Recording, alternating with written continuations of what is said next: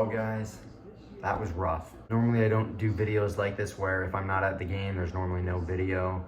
But I just had to give my thoughts on what today was. I'll get into a lot more stats and what the ramifications for this game can be. But initially, my opening thought right now is just what a sad loss. I mean, it looked like we didn't come ready to play at all. 14 points.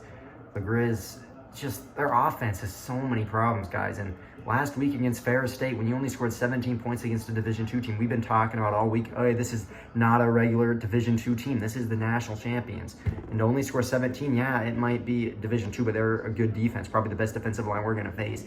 And then we followed up the next week, and we just get dominated. I mean, they sacked us. I don't even know how many times. I'll look into the stats later, and I'll give you that. Just a bad loss, and that was brutal to watch. Normally, I really wanted to go to this game, but I think I made the right decision. So let's get into some stats for this game. All right, guys, I really don't want to get into these stats, but here we go. Get ready to be not good. Vidlac, 22 for 37.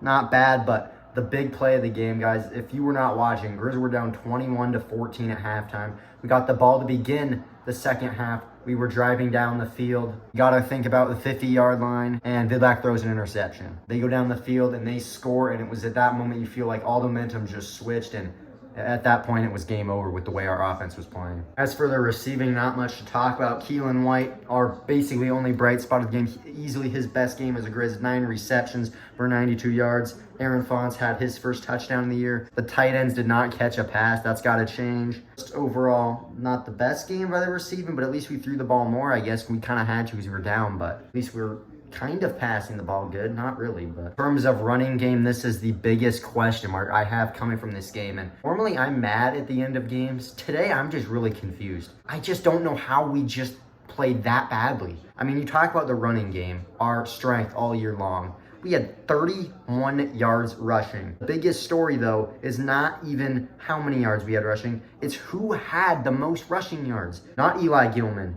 not Nick Osma. It was Xavier Harris, 7 carries for 44 yards. He had a big touchdown. Why in the world are we not giving Eli Gilman and Nick Osma the ball? Eli Gilman had 4 carries for 12 yards. 4. This is a guy that has been dominant in the first couple weeks of the season. Give him the ball. He is your best running back. Nick Osmo, as we saw in week 2, had a big game. 2 carries for -1 yard. What are we doing? These last couple weeks, you have seen we have been dominant running ball. That is our identity. What happened today? I mean, I guess you can attribute all the passing because we were down. But even before that, we weren't running the ball very well. It's just shocking to me that we could not run the ball. It's just, this offense, man. This offense has so many problems, and it's got to get fixed. Because if this offense doesn't get fixed, we are in deep trouble. All right, getting into the team comparison stats, I'll put the chart on the screen so you get a good look. I don't have to explain. I'm not going to explain all of it, but third downs, we were pathetic, 2 for 12. Fourth downs, 1 for 4, combined 3 for 16. That's kind of embarrassing. We got sacked 5 times. We had no sacks on defense. They had a ball 11 more minutes. We had a fumble that we lost. Just an overall ugly game to start off conference play, and that was just pathetic, guys. I mean, comment below what you guys think of it, but I don't see... There's not really any positives to take away from this game. Maybe Keelan White having a good game, but what did we do good this game? I would love to hear your guys' thoughts because I can't find one thing we did good. So comment below what you guys think. But now I'm going to get into what the ramifications for this game is and some streaks that may be broken. NAU came in with 14 straight ranked losses. No more. They beat number 13 Montana. Unacceptable for the Grizz. The Grizz have been in the poll 31 straight weeks. That is in severe question because some people before this game were even putting us at like 20 because we played so bad against Ferris State. We might drop out of top 25 for the first time in a very long time. Just a bad performance today. This is a thing that is a huge problem for the Grizz. In the last 5 years in the road, including this game, they are now 13-13 on the road. That's got to be much better. If you don't remember last year, which you probably don't because it was an embarrassing finish, we had a 4-game road losing streak. That road losing streak ended last week or whenever it was against Utah Tech. We can't be 500 on the road. We got to be much better on the road. First time in 5 years, we're starting 0-1, so it's an uphill battle, but now let's talk about the ramifications this game is going to have. As you know, they just lost. They're now 3-1, and why is that important? Last year, they were 7-4, and they were one of the last teams into the playoffs. Why were they one of the last teams in the playoffs? They showed they could compete with Weber State and Sac State without their quarterback. Lucas Johnson, you could argue if they had him those games, they could, have won those games. And that's why they made the playoffs and eventually got a first round win. That might not be the case this year. Butler, Ferris State, and Utah Tech, sure, those are decent wins, but that's not going to have the committee being, oh, Montana needs to be in. This game is such a big loss. I don't think you understand why this is such a big loss.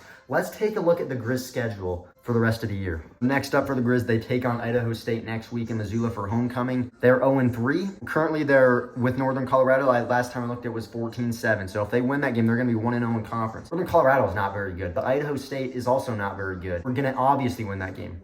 Not so fast. Look what happened today. I thought we were going to dominate today, and did it happen?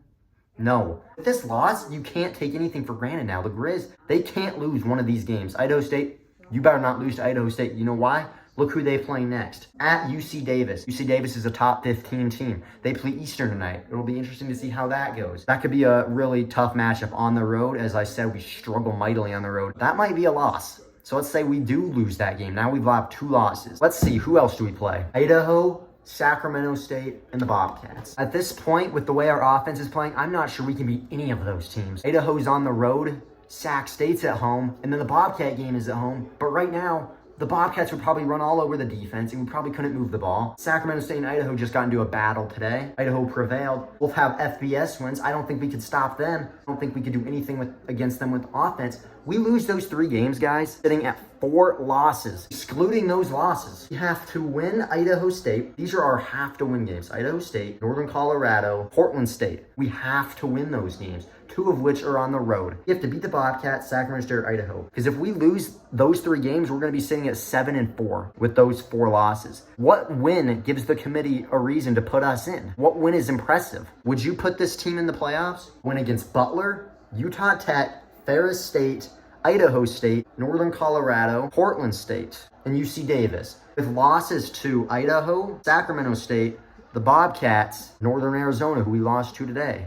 What win screams this team needs to be in? None of them. That's my point. We better come to play. So guys, I know this was a pretty long video and a long explanation, but I really wanted to get these thoughts out because it's just such a bad loss. I can't even describe how big of a loss this is. And if we don't figure things out fast, we are not going to make the playoffs this year. Not making the playoffs is not something the Grizz do. We're a playoff team year in and year out. I can tell you one thing, if they don't make the playoffs, fans will not be happy at all. So hopefully you enjoyed this short, medium, long video. See you guys next week as we take on the Idaho State Bengals for homecoming.